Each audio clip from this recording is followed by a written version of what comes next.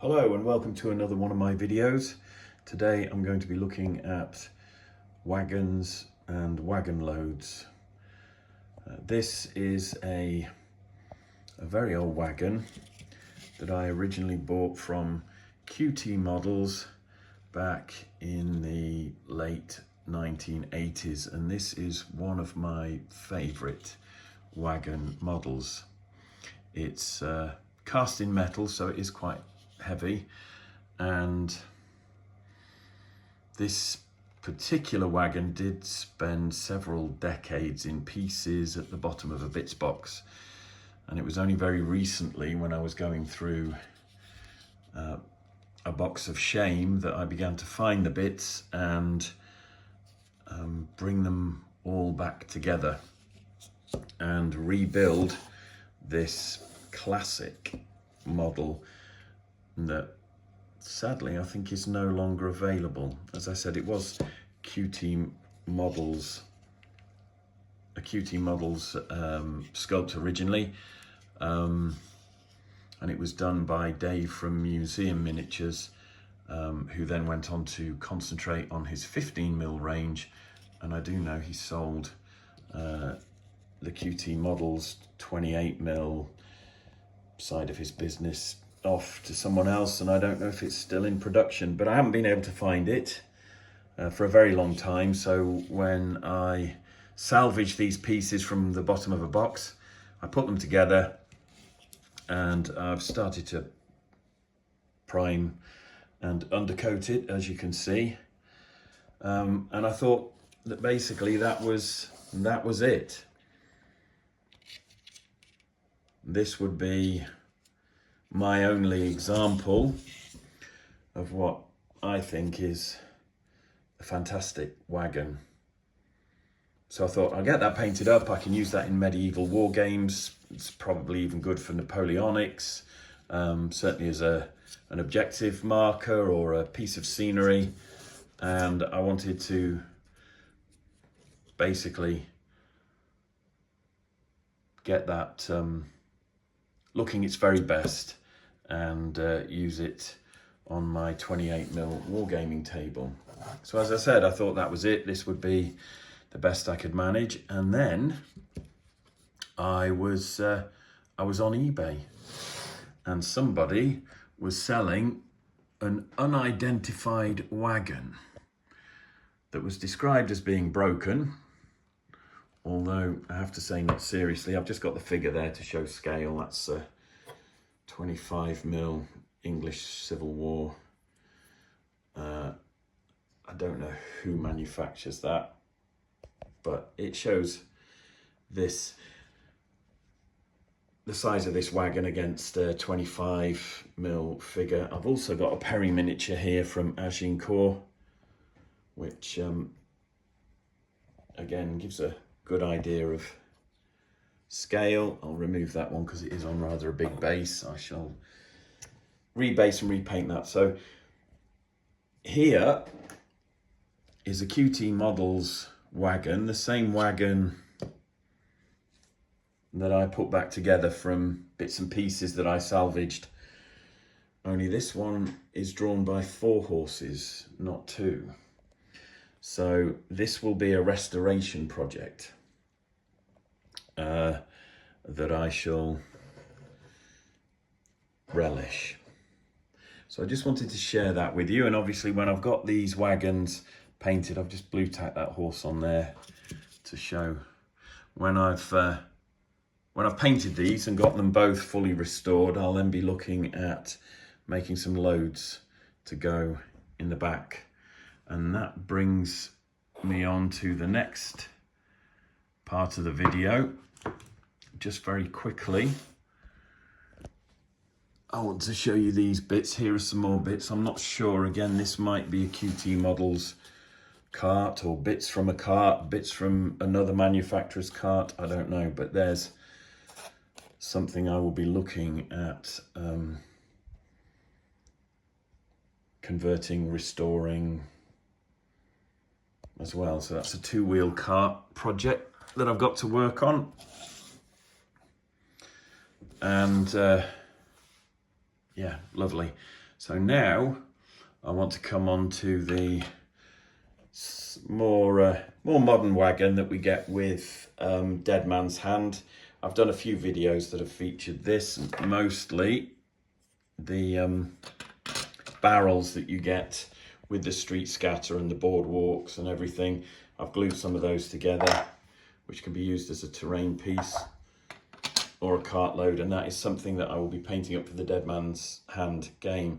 But I'm also looking at the possibility of using these carts in 28mm American Civil War, maybe even Napoleonic, certainly First and Second World War games and scenarios. So with that in mind, I started to create some wagon loads. Now these I've mounted on Renedra bases that I've trimmed down, so just rectangular bases. And basically all this stuff here is stuff that I sculpted when I had the Battle Forge.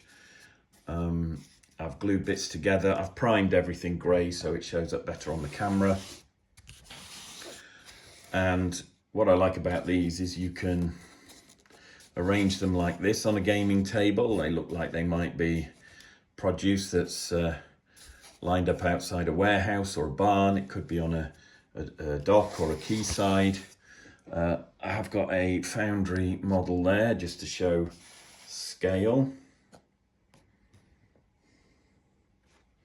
And also a Dead Man's Hand figure as well. So, but these, as I said, are wagon loads that I'm looking to use in the Dead Man's Hand wagon. So if I show some of these in situ,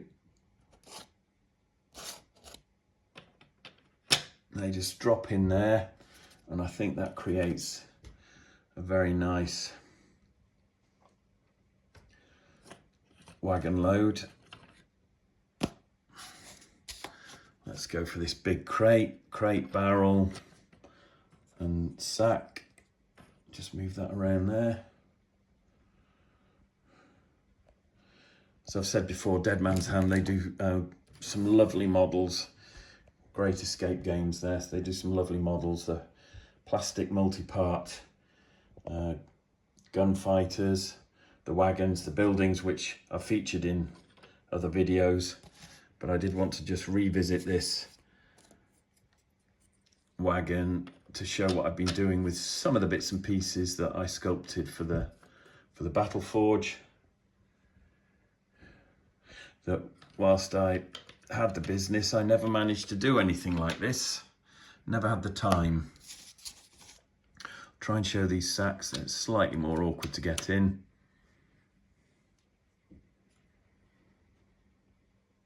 But there, I think that looks great. I'm looking forward to painting up these wagons and the loads that I've done, and just this one as well, which I made from some, I did actually sculpt some branches and trim down. These were cast in resin, and I've been able to make a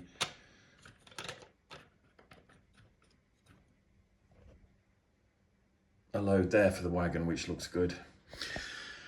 So yeah, lovely models from Great Escape games and Dead Man's Hand, and some wagon loads there just to add a bit of flavour and visual interest to a wargaming table. So that brings me on then to my next conversion. Again, when I was sculpting bits and pieces for the Battle Forge, I made these haystacks originally as bits of terrain. So here it is in resin, and here are two that I painted. I'll probably end up touching those up because they were painted back in the day before contrast paints were a thing. So that's just simple dry brushing. But you can see from that, it's just a hollow resin piece of scenery, and that got me thinking. I then started to think, well, wouldn't it be good if? And that didn't actually just drop on, because the seat was a bit wider than the hole in there, so I've had to take one of these and carve out the inside a little more to make room for the seat, because I didn't want to actually have to wreck a wagon in order to put this load on the back. So having done that, I ended up with this, which I did feature in an earlier video before I'd finished it. But you can see from this that I've added some more bits of hay to it with green stuff and milliput. I've mixed the two. So there's milliput and green stuff that I use. And if I lift that off, you'll see where I've carved a bit of extra room for the seat. So this will now actually fit any of the Dead Man's Hand wagons. And I've just sculpted almost like a skirt of hay around the bottom of that, so that it'll fit onto a cart. Don't know if I can pick that up and show you. Not easy doing it with one hand, but there. And because most of the cart is covered, I reckon I might be able to get away with that in some Napoleonic war games. Might even be able to get away with it in a bit of Warhammer the Old World or Lord of the Rings. So yeah, let's just pull over a couple of miniatures that I've got, fantasy miniatures. That's a GW plastic skeleton, which I gave a sort of Celtic style shield to. And there's one of the halflings that I sculpted for the Battle Forge. A halfling Imperial Spearman. We've got a Marauder Dwarf. Just to give you a sense of scale, I think they work really well. And then of course, Perry Agincourt.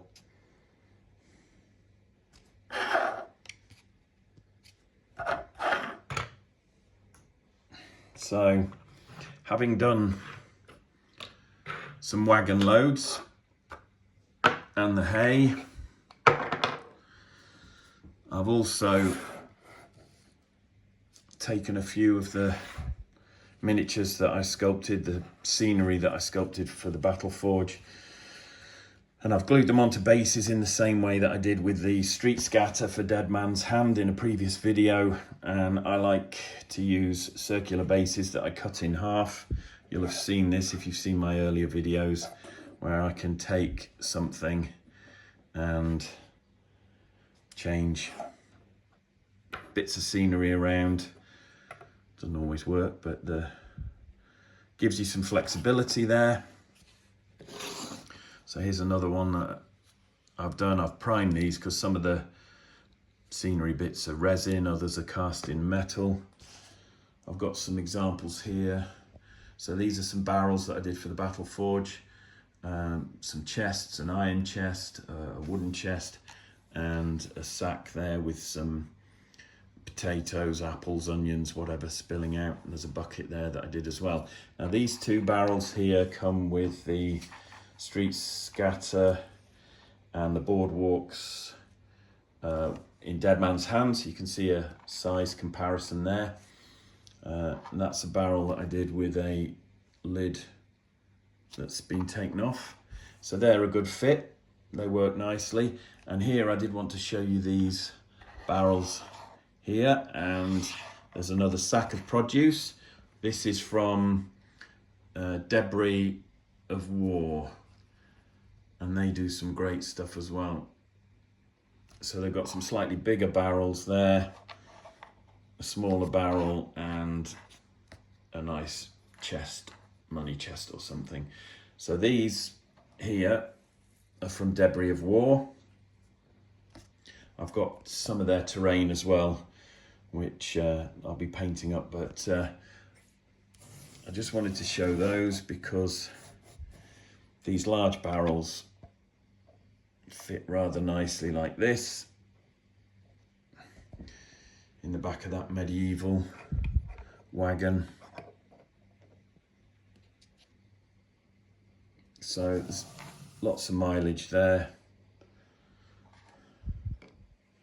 And I will be using, as I said, this old QT Models wagon, both that one when I restore it and this one when I finish painting and basing it. I'll be using that in other games. Probably not Dead Man's Hand for that because it does look a bit medieval, but War of the Roses, Agincourt, Napoleonics, and also Warhammer, the Old World. And let's just bring this cave troll from Middle Earth across to give you an idea of size and scale. I think that works very well.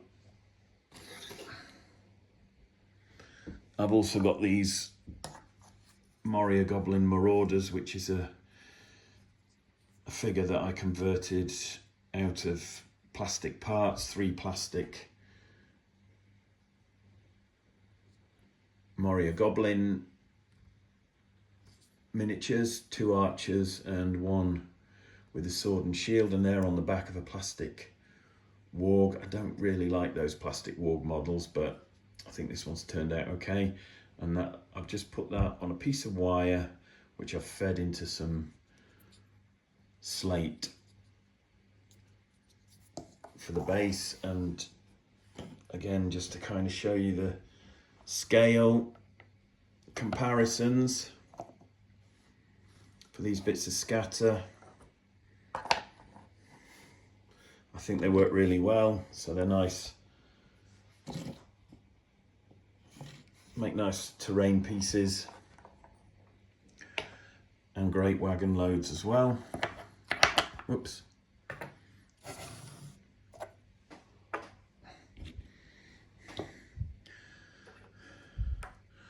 So just give you a quick look at close-up of these. So these barrels I sculpted for the Battle Forge. They're still available from the Battle Forge website, which I've said before is now owned and run by Ainsty Castings. And here are some resin sacks, some metal sacks, the sack with the produce spilling out, unpainted. Some crates that I did, 3 different sizes. I think they feature on that terrain piece there, and again they'd look good in the back of a wagon. So when I've got a bit more time, I'll do more of these, and I'll do some painting tutorials once I've sorted out my hobby room, which at the moment has got shelves being built and so on. And there we are, just another look, final look at the wagon loads there. And a nice little Empire chap for scale. So I might be able to get away with those wagons in a Warhammer Mordheim scenario. If not, definitely these old QT model wagons. And just while I've got the camera out, some bits and pieces here which I also did for the Battle Forge.